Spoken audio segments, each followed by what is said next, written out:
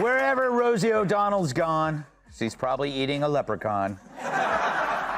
She's our hero of the day for leaving America if Trump won and relocating to Ireland, where she's still not funny. So many celebs say they're going to do it but never do. But does she have any regrets? I have no regrets. Not a day has gone by that I thought it was the wrong decision. I was welcomed with open arms. I knew after reading Project 2025 that if Trump got in, it was time for me and my non-binary child to leave the country. What happens when a celebrity threatens to leave the country if their political enemy wins and actually does it? Most never follow through, but Rosie O'Donnell did. She moved to Ireland, saying America was headed in the wrong direction under Donald Trump and that leaving was the right choice for her family. But critics like Greg Gutfeld and Megyn Kelly weren't buying the simple political explanation. They argued there was more to the story than a protest move. To them, Rosie's departure was the latest chapter in a career marked by success, controversy, and years in the public spotlight. Greg Gutfeld, join me now for Where Are They Now? Political Style. By the way, they never give you the real reason why they're leaving. Like Ellen DeGeneres says she was going to London because of Trump. No, it's because she was a monster and everybody hates her. That's the same thing with Rosie. You know why she's leaving, right? We know why she's leaving. Come on, we know. It's literally an ego trip. Once nobody likes you, you just leave. And so you had to as well.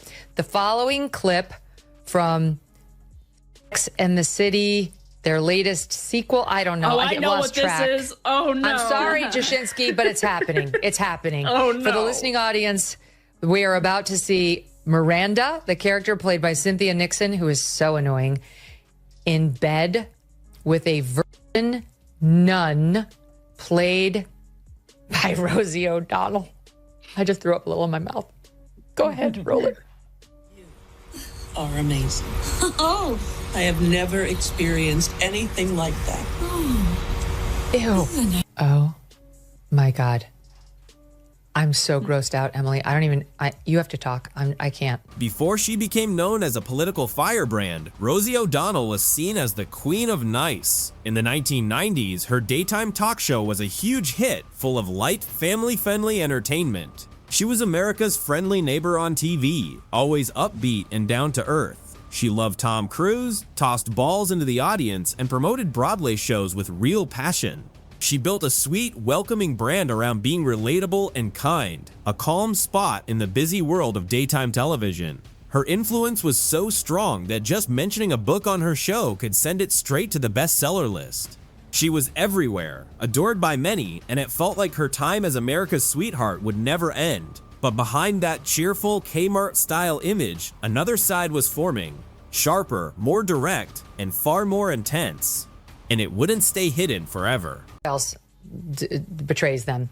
Not disclosing when you're in bed with somebody that you have herpes. It's important to disclose before you have interludes that you have the herpes virus. I'm sorry, Exhibit A. Here is Rosie O'Donnell bitching and moaning about her favorite person, Donald Trump. I think this is before she moved. I can't keep track of where she's living in the world to avoid him. Watch.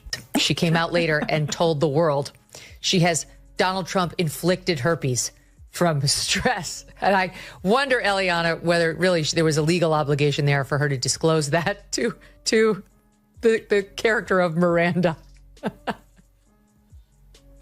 I have to say, she seems to be in a lot worse condition than Rachel Maddow and Nicole Wallace in terms of fighting fascism or whatever. Yeah. But yeah.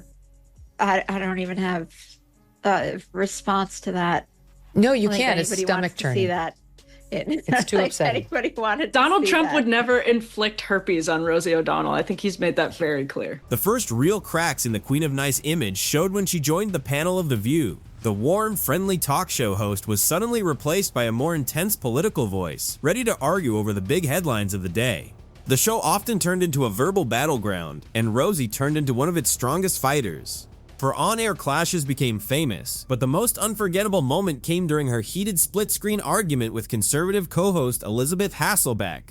The debate got so personal and so intense that it felt like a friendship breaking apart live on air. In that moment, the image didn't just fade, it collapsed. The audience saw a different Rosie, outspoken, forceful, and unwilling to step back. She was no longer America's easygoing favorite. She had become a divided figure, sparking both strong support and strong criticism. The Queen of Nice era was over, and a new chapter as a political crusader had begun. Julie, she seems miserable, and it doesn't really matter where she goes.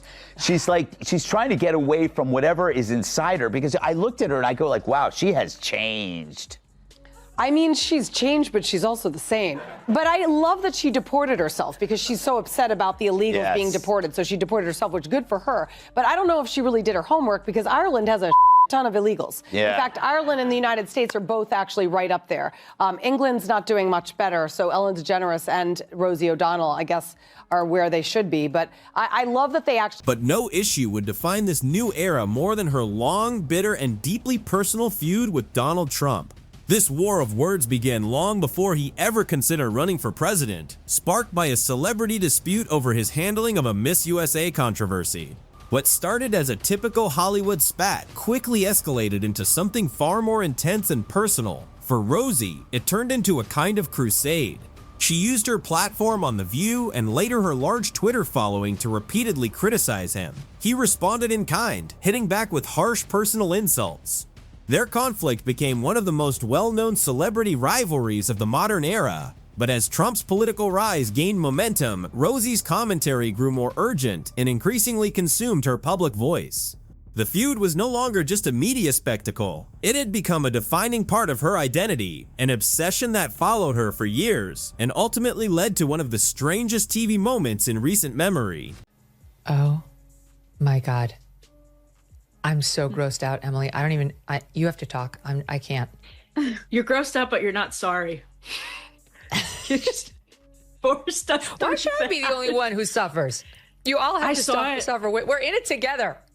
I guess I saw it trending and I was like, oh, I can't click on this. I can't. And you know what? Actually, though, I think by watching it, it's just such an example of how bad the writing is on that show. Like the writing on some of these shows, it's like they put it into like progressive chat GPT and come up with just like the worst dialogue. It's so bad. In a surprising twist no one expected, Rosie O'Donnell's personal feud with Donald Trump even spilled into her acting work in a surreal way. In a guest role on the Sex and the City sequel, and just like that, she appeared in a storyline that left many viewers confused. Her character, during a post-intimacy confession, says she developed stress-induced herpes. But she claims the stress came specifically from the trauma of Donald Trump's presidency. The scene felt shocking and strange, blurring the line between fiction and real life. To many, it seemed less like a character moment and more like personal frustration being voiced through a script. It became a widely discussed moment that reinforced the idea that her political fixation had started to spill into every corner of her public image. On Rosie O'Donnell, I think he's made that very clear. Since Eliana refuses to play, Emily, I've got another soundbite for you. I didn't even know Sex and the City was back on the air. I saw it when it's happening. You have to react live to the herpes. I'm sorry. And I was like, oh, you know what? The culture stuff, that's Emily's bailiwick anyway. Here we go. Here's another beauty. This is Rosie in another scene singing to Miranda. Enjoy. Because I knew you. Because I knew you. I have been changed for good. It's from Wicked. I take Eric. With this context, her move to Ireland looked very different. She called it a bold escape, a stand against Project 2025 and a possible second Trump term. In her telling, she was a political refugee leaving a country she no longer recognized. But was it really a protest, or more of a quiet exit?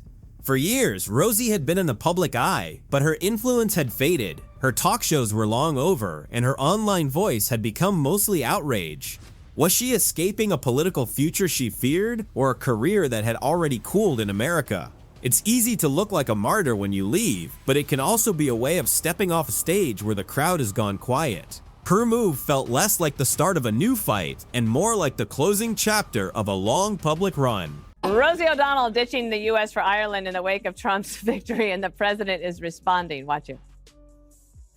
You know, you have Rosie O'Donnell. Do you know who she is? Do you know who she is? Yeah. You're better off not knowing. Wow, hardest hit, not even knowing who she is. That one's got hurt. But she did prove that self-deportation could work, right? Yeah, they'll find out soon enough when she gets there and eats them out of house and home.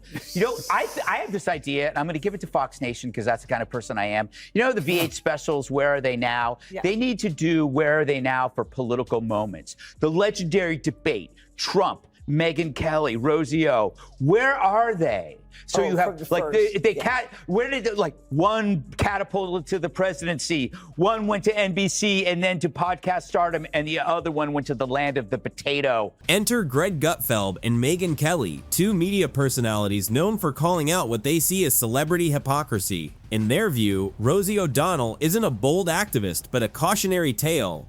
When she left a country, they quickly labeled it as an ego-driven move, rather than a principled stand. Gutfeld argued that celebrities often turn fading fame into a noble exit once they're no longer in the spotlight. Kelly, drawing on her own history with both Trump and O'Donnell, pointed to the bizarre storyline as proof of how far political obsession had taken things.